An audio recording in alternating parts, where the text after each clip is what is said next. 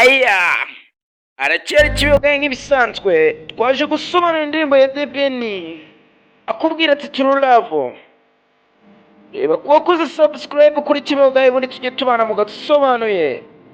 Aya acha tuendelee. Ni The Ben ukunda mu rukundo. Buri munsi iyo ndi kumwe nawe binkorera umunsi mushya. Urankeneye mukundwa nzaba mpari ndetse mukorere n'umunsi mushya. Kuko bashobora kukurinda ndetse no mu mafuti. Ndi mu rukundo cyane, ndi mu rukundo.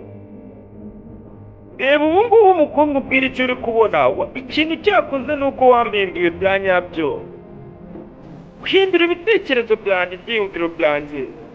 Ndabona isura yawe nziza gusa, washyize ibitekerezo byanjye mu kajagari. Ese hari umuntu washobora kunkubita? Sinshobora kubyemera mu rukundo rwa nyarwo. Urabizi ko ngukunda bya nyabyo urukundo rwa nyarwo. Yizere ko ntazigera ngutenguha. Ntabwo nzagutenguha. Reba mukundwa, urabizi ko ngukunda urukundo rwa nyarwo.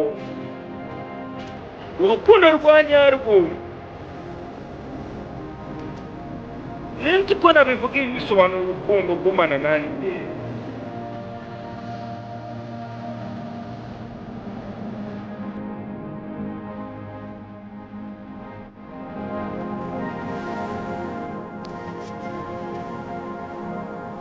Nzi ko nabivuga ibi bisobanura urukundo kuri wowe gumana nanjye. Ntabwo mbizi.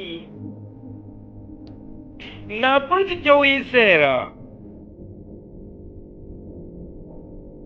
Ariko reka mubwire ikintu kimwe, uri impamvu ituma mpumeka. Gumana nanjye aka kanya mukundwa rwose ndagusabye.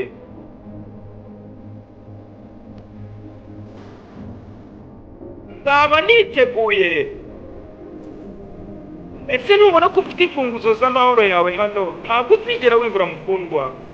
Mukundwa, ikintu mbona ni isura yawe nziza, washyize intekerezo zanjye mu kajagari. Ese hari umuntu ushobora kunkubita? Iri ni urukundo rwa nyarwo. Ni mu rukundo nawe mukundwa. Urabizi ko urukundo rwanjye ari urwa nyarwo. Wazizere neza ko ntazigera ngutenguha. Ntabwo nzigera ngutenguha. Ngo mukundwa, uzi ko ukunda urukundo rwa nyarwo. Urukundo rwa nyarwo. The Ben akubwira ati yewe ko nabivuga ibi bisobanura urukundo kuri wowe gumana nanjye.